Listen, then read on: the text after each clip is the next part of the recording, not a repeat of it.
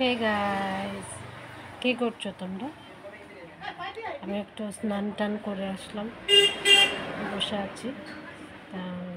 Gallery দেখছিলাম, gallery দেখতে দেখতে দেখলাম একটা তো রেসিপি রয়ে গেছে যেটা শেয়ার করা হয়নি।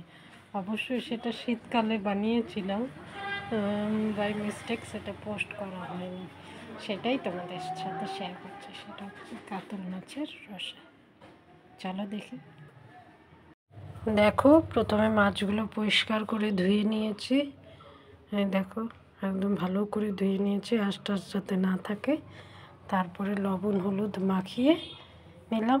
এখন আমি ভাজবো, ভেজে তুলে নিয়ে তারপরে রান্না করব। সব একবারে লবণ হলুদ মাখানো হয়ে গেছে, যে ভাজছি তোমরা দেখতে পাচ্ছ। আমি কড়াইতে তেল বসিয়ে দিয়েছি, মাছগুলো ভাজছি। ভাজা হয়ে গেলে তুলে নেব। অলমোস্ট ভাজা হয়ে আসছে, এই যে ভেজে তুলে নিলাম, সবগুলোই তুলে নিলাম একবারে।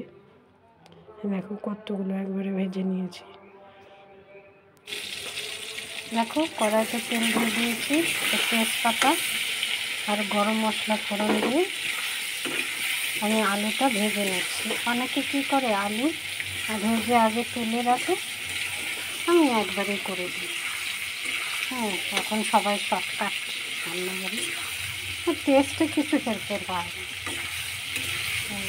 আলুটা ভেজে নিচ্ছি, তেজপাতা ফোড়ন আর গরম মশলা ফোড়ন দিয়ে লবণ হলুদ দিয়ে আলুটা ভেজে নিচ্ছি।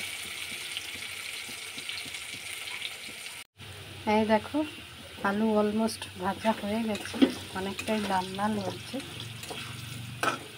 এইভাবে লাল লাল করে আমি ভেজে নিই। তারপরে এখানে আমি দিয়ে দেবো যে বেটে রেখেছি মশলাটা। দেখো মশলাটা, এর মধ্যে আছে আদা বাটা, জিরা বাটা, লঙ্কা বাটা, টমেটো বাটা, বাদাম বাটা, পেঁয়াজ বাটা। এটা একটা পেস্ট বানানো, পেস্টটা আমি এখানে দিয়ে দিলাম। তারপরে বাটি দিয়ে একটু জল অ্যাড করবো, যাতে মশলাটা ভালো করে কষানো হয়।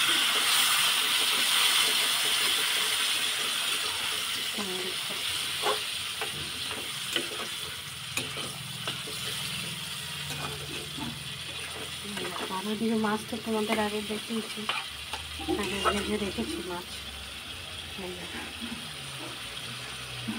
একটু ভাজা ভাজা হবে, কষা হবে, তারপরে আমরা মাছগুলো দেবো। এই দেখো, মশলা ভাজা হয়ে গেছে, তেল ছেড়ে দিয়েছে। যেহেতু শীতকাল, তাই আমি একটু মটরশুঁটি দিয়েছি।